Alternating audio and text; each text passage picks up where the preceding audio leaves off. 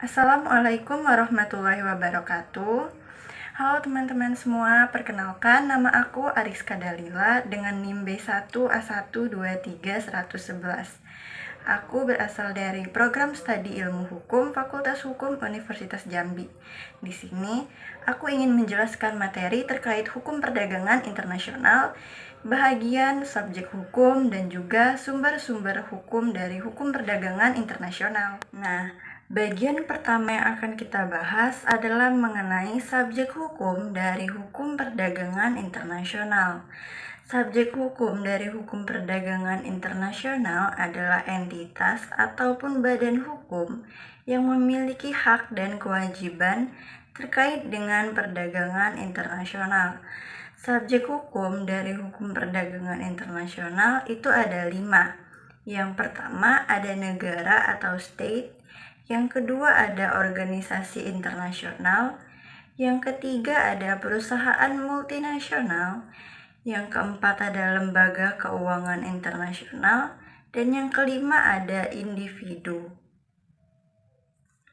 Negara atau state adalah subjek hukum yang paling sempurna karena memiliki kedaulatan, yakni berupa wewenang untuk mengatur dan menentukan siapa saja yang berhak untuk keluar dan masuk dari negaranya.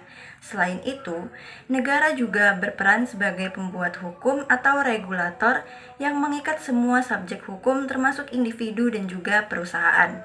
Yang kedua, itu ada organisasi internasional atau international organization.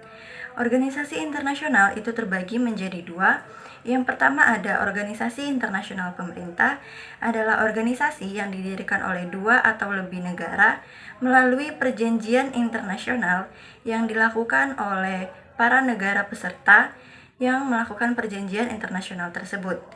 Kemudian yang kedua, ada organisasi internasional non-pemerintah adalah organisasi yang didirikan oleh para pihak swasta seperti pengusaha ataupun asosiasi dagang. Yang ketiga, ada subjek hukum, yaitu perusahaan multinasional. Perusahaan multinasional adalah perusahaan yang beroperasi di beberapa negara dan melakukan transaksi beda negara. Contohnya seperti Apple, Coca-Cola, dan Unilever. Serta ada arbitrasenya, yakni UNCTAD dan UNCITRAL. Selain itu, perusahaan multinasional ini sangat berperan penting dalam kekuatan finansial, sehingga hukum perdagangan internasional berupaya untuk mengatur perusahaan multinasional ini. Yang keempat, ada lembaga keuangan internasional. Lembaga keuangan internasional seperti Bank Dunia ataupun Dana Moneter Internasional atau IMF berperan dalam memberikan bantuan keuangan kepada negara-negara dalam hal perdagangan. Lembaga keuangan internasional ini juga berperan dalam memberikan nasihat kebijakan ataupun mempromosikan praktik-praktik perdagangan yang baik. Yang terakhir itu ada individu. Individu juga dapat menjadi subjek hukum melalui transaksi-transaksi perdagangan kecil ataupun menengah yang sering disebut dengan UKM. Mereka dapat melakukan melalui platform e-commerce lintas negara ataupun melalui ekspor-impor individu. Bagian yang akan kita bahas berikutnya adalah terkait dengan sumber hukum dari hukum perdagangan internasional. Sumber hukum sendiri adalah asal-usul dari undang-undang, aturan mengikat yang memungkinkan negara untuk mengatur wilayahnya dan juga mengatur tingkah laku dari warga negaranya.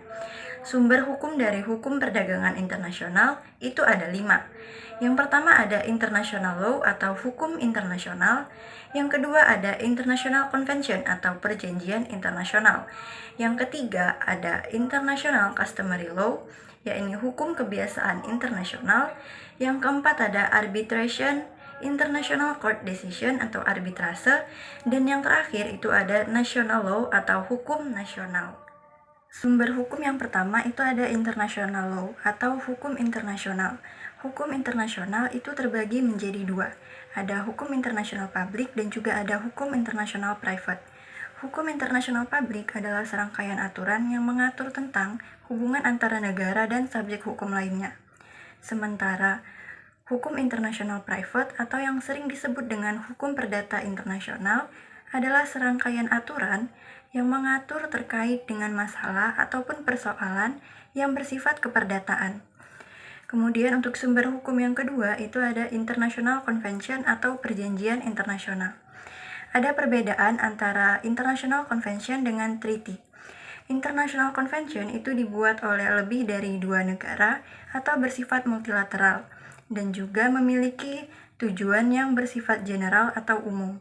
Sementara treaty itu dibuat oleh 2 pihak atau lebih, jadi bisa bersifat bilateral ataupun multilateral, serta memiliki tujuan yang lebih khusus atau spesifik. Sumber hukum yang ketiga itu ada International Customary Law atau hukum kebiasaan internasional. Hukum kebiasaan internasional adalah hukum yang berkembang melalui praktik dan kebiasaan negara-negara. Hukum ini dikenal dengan istilah lex mercatoria atau yang sering disebut dengan hukum para pedagang. Dan istilah bahasa Inggrisnya itu adalah the law of the merchant. Hukum ini dibedakan atas beberapa. Yang pertama itu ada adat istiadat atau usage, ada kesopanan internasional atau international community, dan juga persahabatan atau friendship. Yang keempat itu ada arbitration, international court decision atau arbitrase. Arbitrase ini biasanya digunakan oleh negara yang menganut sistem hukum common law. Biasanya, keputusan hakim itu dapat menjadi preseden atau acuan bagi hakim-hakim berikutnya dalam mengambil keputusan. Contoh dari arbitrase itu ada ICC atau International Criminal Court dan WTO atau World Trade Organization. Sumber hukum yang kelima ada national law atau hukum nasional. Hukum nasional adalah serangkaian peraturan yang berlaku di suatu negara yang mencakup asas dan juga peraturan-peraturan yang harus dipatuhi oleh rakyat di suatu negara. Peran signifikan dari hukum nasional lahir dari adanya yurisdiksi atau kewenangan negara. Kewenangan negara ini bersifat mutlak dan juga eksklusif sehingga tidak dapat diganggu-gugat. Sumber hukum yang terakhir itu ada prinsip-prinsip hukum umum.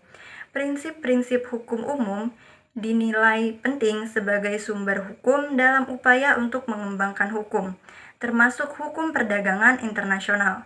Contoh dari prinsip-prinsip hukum umum ini ada prinsip itikat baik, prinsip pacta sunt servanda, dan juga prinsip ganti rugi. Pada dasarnya, subjek hukum dari hukum perdagangan internasional itu melibatkan berbagai entitas, mulai dari negara, organisasi perdagangan, perusahaan, individu, dan juga lembaga keuangan internasional.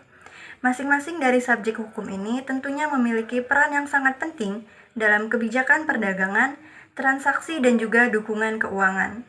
Sementara untuk sumber hukum, itu mencakup berbagai instrumen dan juga prinsip-prinsip hukum. Sumber hukum dari hukum perdagangan internasional itu terdiri dari hukum internasional, hukum nasional, hukum kebiasaan internasional, prinsip-prinsip hukum umum, dan juga perjanjian internasional seperti WTO dan juga FTA yang mengatur terkait dengan perdagangan. Selain itu, putusan pengadilan dan juga doktrin-doktrin hukum juga penting sebagai sumber hukum dari hukum perdagangan internasional. Kesimpulannya, pemahaman yang mendalam terkait subjek hukum dan juga sumber hukum dari hukum perdagangan internasional sangatlah penting demi membangun sistem hukum perdagangan global yang adil, stabil, dan juga berkelanjutan. Dengan memahami peran dan juga tanggung jawab dari masing-masing subjek hukum, serta landasan normatif yang mendasari hubungan mereka dapat membantu kita menciptakan lingkungan perdagangan yang kondusif bagi pertumbuhan ekonomi, pembangunan sosial, dan juga pelestarian lingkungan hidup. Selain itu, hukum perdagangan internasional sebagai instrumen-instrumen untuk mencapai tujuan-tujuan ini harus terus berkembang dan juga beradaptasi terhadap tantangan-tantangan baru di era globalisasi ini.